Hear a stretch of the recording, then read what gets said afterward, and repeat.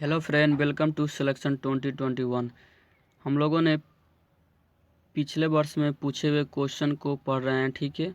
और जो भी एसएससी, आरआरबी और बैंक और एमटीएस में जो भी प्रीवियस क्वेश्चन है उसी को लिया हूँ। और पार्ट 1 अपलोडेड है यूट्यूब पे और पार्ट 2 भी अपलोड है, ठीक है। आप वहाँ प्ले लिस्ट बना हुआ है, आप वहाँ पर जाकर देख सकते हैं। ये पार्ट 3 है और इसका पीडीएफ अगर आपको चाहिए तो डिस्क्रिप्शन में लिंक दे दिया हूँ, आप वहाँ से डाउनलोडिंग कर सकते हैं, ठीक है। तो चलिए क्वेश्चन को स्टार्ट करते हैं, ठीक है। हम लोगों ने पार्ट 2 तक 45 क्वेश्चन को पढ़ चुके थे, ठीक है। अब पार्ट 3 में 46 क्वेश्चन से स्टार्ट करते हैं। देखिए क्वेश्चन पूछ रहा है कि निम्नलिखित में से कौन सा अनुच्छेद आपातकाल से संबंधित है। देखिए आपातकाल जो है वह जर्मनी के संविधान से लिया गया है, ठीक है। और आपातकाल जो है इसका राइट आंसर हो जाएगा ए, ठीक है। 352 के तहत भारत में राष्ट्रीय आपातकाल लागू होता है, ठीक है। और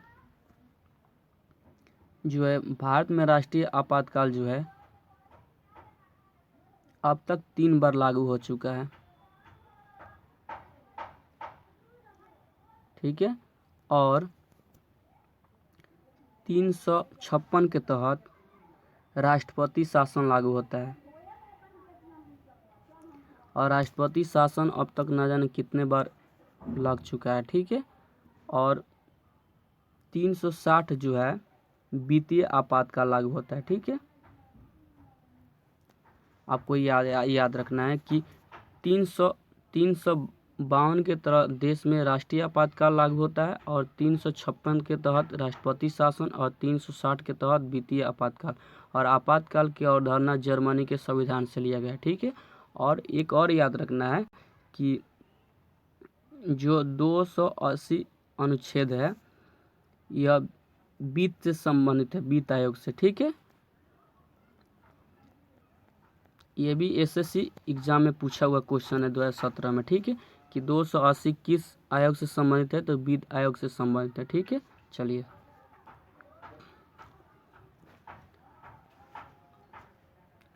अगला क्वेश्चन है कि जब भारत के राष्ट्रपति एवं उपराष्ट्रपति दोनों के पद खाली हो तो उनका काम कौन करेगा। देखिए इसका राइट आंसर हो जाएगा सी, भारत के मुख्य न्यायाधीश, ठीक है। यदि राष्ट्रपति या उपराष्ट्रपति के पद खाली हो तो भारत के मुख्य न्यायाधीश उस पद पे काम करेंगे, ठीक है। देखिए राष्ट्रपति का पद जो है यूएसए से लिया गया है, ठीक है। और उपराष्ट्रपति के पद भी कहाँ से लिया गया, तो यूएसए से लिया गया, ठीक है। चलिए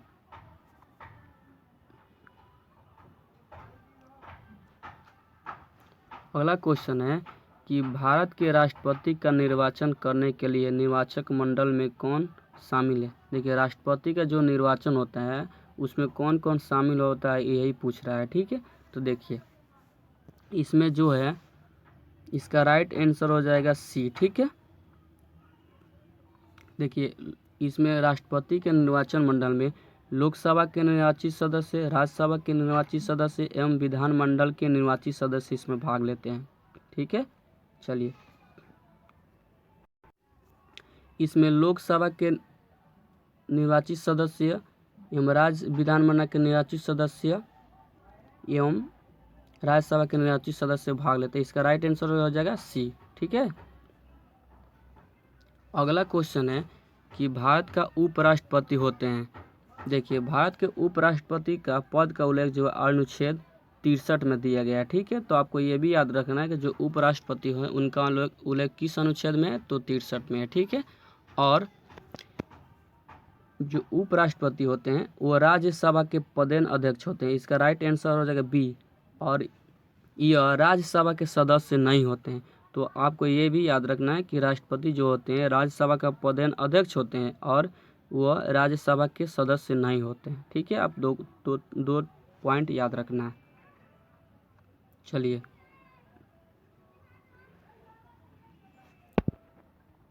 अगला क्वेश्चन है कि संघ लोक सेवा आयोग के सदस्य को हटाया जा सकता है। यूपीएससी के जो सदस्य होते हैं वो उनको कौन हटाया जा सकता है। ठीक है, देखिए संघ लोक सेवा आयोग का उल्लेख जो अनुच्छेद 315 में है। ठीक है, तो आपको याद रखना है कि संघ लोक सेवा आयोग का उल्लेख किस अनुच्छेद में है, तो 315 में है। ठीक है, और संघ लोक सेवा आयोग की नियुक्ति भी राष्ट्रपति करते हैं और राष्ट्रपति उनको हटाते हैं। ठीक है, तो इसका राइट आंसर हो जाएगा 50 का ए। ठीक है, तो राष्ट्रपति द्वारा उनको हटाया जाता है। ठीक है, चलिए अगला क्वेश्चन है कि राष्ट्रपति द्वारा कितने सदस्य को नामित किया जाता है, या राष्ट्रपति जो होते हैं कितने सदस्य को मनोनीत करते हैं। तो देखिए लोकसभा में 2 एंग्लो इंडिया के सदस्य को मनोनीत करते हैं। ठीक है, एंग्लो इंडिया के, और 12 सदस्य जो होते हैं राज्यसभा में मनोनीत करते हैं। ठीक है, तो देखिए इसमें तो टोटल हो जाएगा 14, लेकिन ऑप्शन में दिया है कितना, तो 12, 10, 11, 2। तो देखिए तो इसका राइट आंसर हो जाएगा ए। ठीक है, अगर ये 14 रहता तो आपको आंसर देना होता 14। ठीक है, तो आप ऑप्शन के हिसाब से आप टिक लगा सकते हैं। ठीक है, अगला क्वेश्चन है कि भारत के राष्ट्रपति के पास आपातकाल अधिकार है। देखिए जो आपातकाल है वो 3 तरह के होती है। आप पहले बार 352 के तहत राष्ट्रीय आपात, 356 के तहत राष्ट्रपति शासन और 360 के तहत वित्तीय आपात। ठीक है, ये राष्ट्रीय आपातकाल 3 बार लागू हो चुका है, राष्ट्रपति शासन न जाने कितने बार हो चुका है, और वित्तीय आपातकाल 1 बार भी लागू नहीं हुआ है। तो राष्ट्रपति के पास इसका राइट आंसर हो जाएगा 3 प्रकार के आपात शक्ति है। ठीक है, चलिए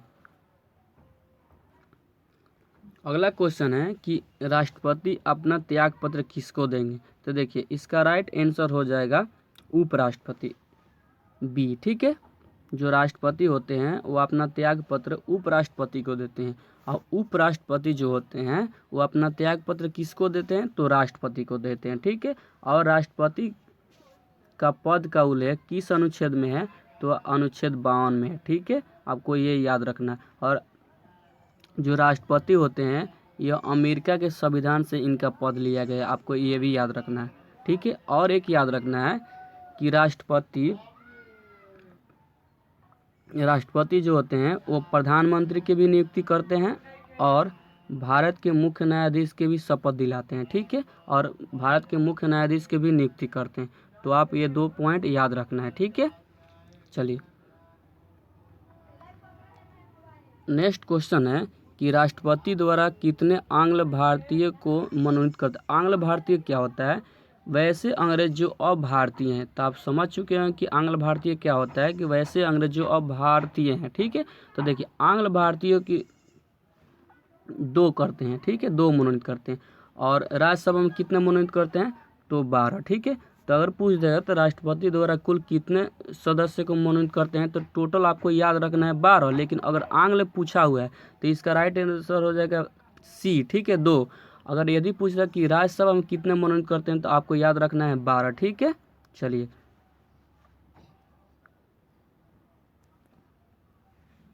नेक्स्ट क्वेश्चन है कि भारत के राष्ट्रपति के चुनाव के लिए नागरिक को कितनी आयु पूरा करना चाहिए। जिससे मतलब कोई व्यक्ति अगर राष्ट्रपति बनना चाहता है तो उसकी मतलब कितना उम्र होना चाहिए। ठीक है, तो देखिए इनकी योग्यता याद कर लेता है कि राष्ट्रपति बनने के लिए योग्यता क्या है। पहला योग्यता है कि वो भारत का नागरिक हो। दूसरा योग्यता है वो 35 वर्ष पूरा कर चुका हो। ठीक है, तीसरा योग्यता है वो किसी लाभ के पद पे ना हो, लाभ अर्थात किसी सरकारी नौकरी में नहीं हो। ठीक है, तो इसका राइट आंसर हो जाएगा आपका ए। ठीक है, 35 वर्ष होना चाहिए। और देखिए यदि राज्यसभा में सदस्य बनने के लिए कितना चाहिए, तो 30 वर्ष। ठीक है, और लोकसभा के सदस्य बनने के लिए कितना चाहिए, तो आपका 25 वर्ष। तो आपको ये भी याद रखना है कि राष्ट्रपति बनने के लिए 35 वर्ष, और राज्यसभा के सदस्य बनने के लिए 30 वर्ष, और लोकसभा के सदस्य बनने के लिए 25 वर्ष। ठीक है,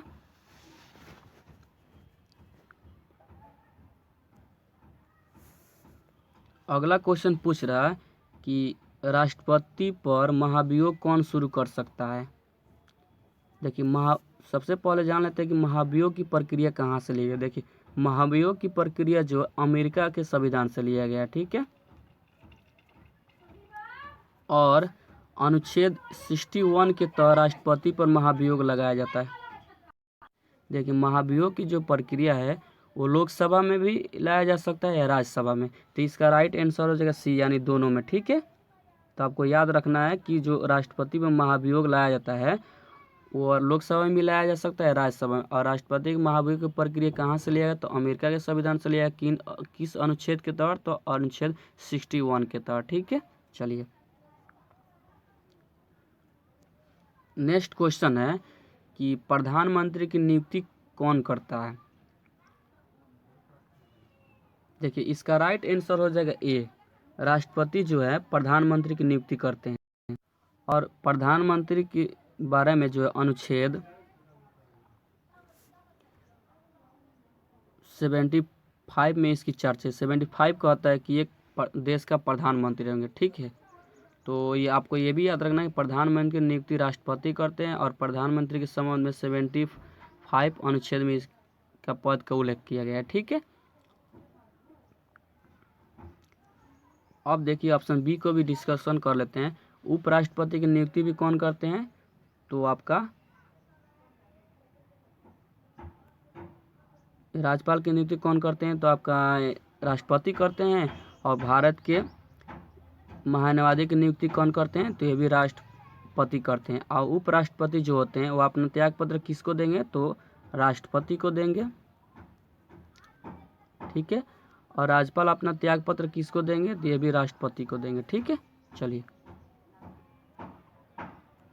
अगला क्वेश्चन है कि भारत के राष्ट्रपति पद के लिए अधिकतम उम्र सीमा क्या है? देखिए अमेरिका में जो है वो आप 2 बार से अधिक राष्ट्रपति नहीं बन सकते हैं, ठीक है। भारत में क्या है कि आप जब तक जिंदा रहेंगे, अगर 35 वर्ष उम्र पर पूरा कर चुके हैं, उसके बाद आप जब तक जिंदा रहेंगे तब तक आप राष्ट्रपति के चुनाव के लिए लड़ सकते हैं। इसकी कोई सीमा नहीं है। तो इसका राइट आंसर हो जाएगा डी, इसकी मतलब कोई सीमा नहीं है, ठीक है। चलिए नेक्स्ट क्वेश्चन है, भारत में पनडुब्बी में यात्रा करने वाले प्रथम राष्ट्रपति कौन थे? तो सबसे पहले जान लेते हैं कि भारत के प्रथम राष्ट्रपति कौन थे। तो आपका डॉक्टर राजेंद्र प्रसाद, ठीक है। और ये क्वेश्चन पूछ रहा है कि प्रथम राष्ट्रपति वो कौन थे जो पनडुब्बी में यात्रा किए थे? तो इसका राइट आंसर हो जाएगा ए, डॉक्टर APJ अब्दुल कलाम जी थे जो प्रथम राष्ट्रपति जो पनडुब्बी में यात्रा किए थे।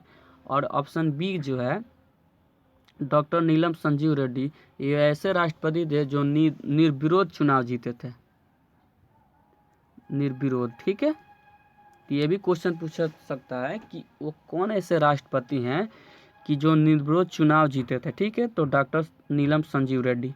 और डॉक्टर राजेंद्र प्रसाद के बारे में बताइए देते कि यह प्रथम राष्ट्रपति थे। और डॉक्टर सर्वपल्ली राधाकृष्णन क्या थे? यह देश के प्रथम उपराष्ट्रपति थे, ठीक है। ये भी क्वेश्चन पूछा हुआ है। जितने भी मैं बता रहा हूँ सारा SSC, RRB और MTS और बैंक में पूछा हुआ है, ठीक है। आपको विश्वास नहीं होगा तो क्वेश्चन पेपर उठा कर देखिए, आपको मिल जाएगा, ठीक है।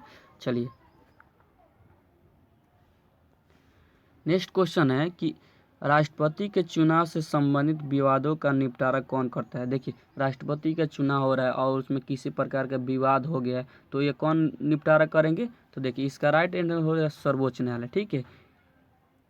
आइए अब एक इसके अलावा और भी याद रखिए कि जो उपराष्ट्रपति के भी चुनाव में अगर कोई प्रकार का विवाद होता है तो उसका निपटारा कौन करेंगे? तो सर्वोच्च न्यायालय, ठीक है। और राष्ट्रपति के विवाद से भी कोई होता है तो सर्वोच्च न्यायालय, ठीक है। तो आपको ये याद रखना है, ठीक है। चलिए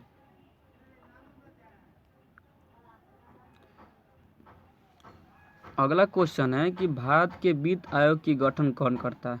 तो देखिए भारत के वित्त आयोग का गठन जो है राष्ट्रपति करते हैं। इसका राइट आंसर हो जाएगा ए, ठीक है। और वित्त आयोग का उल्लेख जो है अनुच्छेद 280 में दिया गया। तो आपको ये भी याद रखना है कि वित्त आयोग का उल्लेख किस अनुच्छेद में दिया है? तो 280 में, ठीक है। और वित्त आयोग का गठन कौन करते हैं? तो राष्ट्रपति करते हैं। तो इसका राइट आंसर हो जाएगा ए, ठीक है। चलिए और सर्वोच्च न्यायालय के न्यायाधीशों की नियुक्ति कौन करते हैं? तो ये भी राष्ट्रपति करते हैं। और उच्च न्यायालय के न्यायाधीशों की नियुक्ति कौन करते हैं? तो ये भी राष्ट्रपति करते हैं। ठीक है, आपको ये 2 पॉइंट और याद रखना है। अगला क्वेश्चन है कि उपराष्ट्रपति होते हैं। देखिए, उपराष्ट्रपति का पद का उल्लेख अनुच्छेद 63 में दिया गया। ठीक है, और 64 में भी देखिए, इसमें पद की बात करी है, इसमें 64 में क्या है कि वो राज्यसभा के सभापति होंगे। ठीक है, तो आपको ये भी याद रखना है। तो इसका राइट आंसर हो जाएगा, देखिए उपराष्ट्रपति। देखिए, लोकसभा के सदस्य होते हैं? नहीं। राज्यसभा के सदस्य होते हैं? नहीं। किसी भी सदन के सदस्य होते हैं? नहीं। देखिए, इसमें से तीनों में से कोई नहीं होगा। देखिए, उपराष्ट्रपति होते हैं, राज्यसभा के प्रधान अध्यक्ष होते हैं, और वो उस सदन के सदस्य नहीं होते हैं। तो में याद रखिएगा कि उस सदन के सदस्य नहीं होते, इनमें से कोई नहीं। ठीक है, तो इसका राइट हो गया इनमें से कोई नहीं। देखिए, उपराष्ट्रपति का पद का उल्लेख जो है आर्टिकल 63 में दिया गया है, और उपराष्ट्रपति राज्यसभा के सदस्य होंगे, सभापति होंगे, इसका उल्लेख 64 में दिया गया। तो आपको याद रखना है। ठीक है, चलिए अगला क्वेश्चन है कि भारत के नियंत्रक एवं महालेखा परीक्षक की नियुक्ति कौन करता है? तो देखिए, इसका राइट आंसर हो जाएगा आपका डी। ठीक है, जो कैग होते हैं, कंपाउंडर एडिटर ऑफ जनरल, उनकी नियुक्ति कौन करते हैं? तो राष्ट्रपति करते हैं। और कैग जो है, इनका उल्लेख अनुच्छेद 148 से लेकर 151 में दिया गया। तो आपको ये भी याद रहे, जो कैग होते हैं उसका उल्लेख किस अनुच्छेद में है? तो 148 से लेकर 151 तक। ठीक है, और कैग की नियुक्ति कौन करते हैं? तो राष्ट्रपति करते हैं। और कैग का जो कार्यकाल होता है वो कितने वर्ष के लिए होता है? तो देखिए, कैग का जो कार्यकाल होता है 6 वर्ष या 65 वर्ष होता है। ठीक है, जो पहले हो चुका हो। ठीक है, जो पहले हो चुका हो, आपको ये याद रखना। कैग जो है अपना रिपोर्ट किसको सौंपते हैं? तो राष्ट्रपति को सौंपते हैं। ठीक है, आप ये 2-3 पॉइंट आपको याद रखना है। ठीक है, चलिए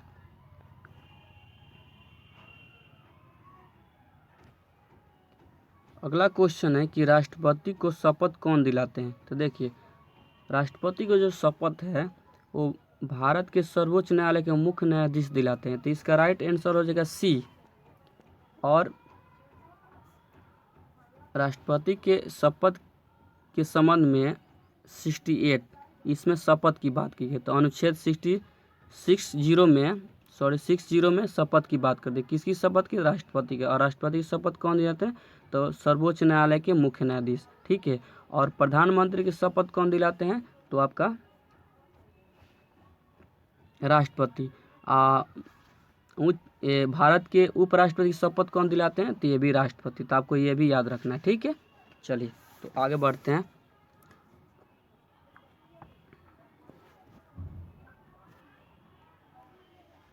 राष्ट्रपति के पद खाली हो तो कितने दिनों तक भर जाना चाहिए? जैसे राष्ट्रपति है, उनका पद खाली हो गया तो कितने दिनों के अंदर भर जाना चाहिए? देखिए, अगर राष्ट्रपति का पद खाली होता है तो इसका राइट आंसर हो जाएगा ए, 6 मंथ के अंदर खाली हो गया पद हो तो चुनाव करा लिया जाएगा। उसके बाद राष्ट्रपति चुन लिया जाएगा। अगर 6 महीना तक तो फिर काम कौन करेंगे? देखिए, 6 महीने तक काम करेंगे उपराष्ट्रपति।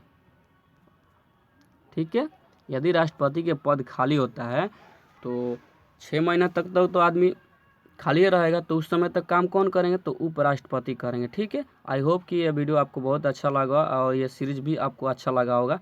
आप अच्छे से पढ़िए, क्वेश्चन को बारीकी से पढ़िए, और एसएससी ग्रुप डी का एग्ज़ाम होने वाला है, आप उसमें क्वालिफाई होइए। Thank for this video. यदि वीडियो आपको अच्छा लगा तो शेयर, लाइक, सब्सक्राइब करना नहीं भूलिएगा दोस्तों। जय हिंद दोस्तों।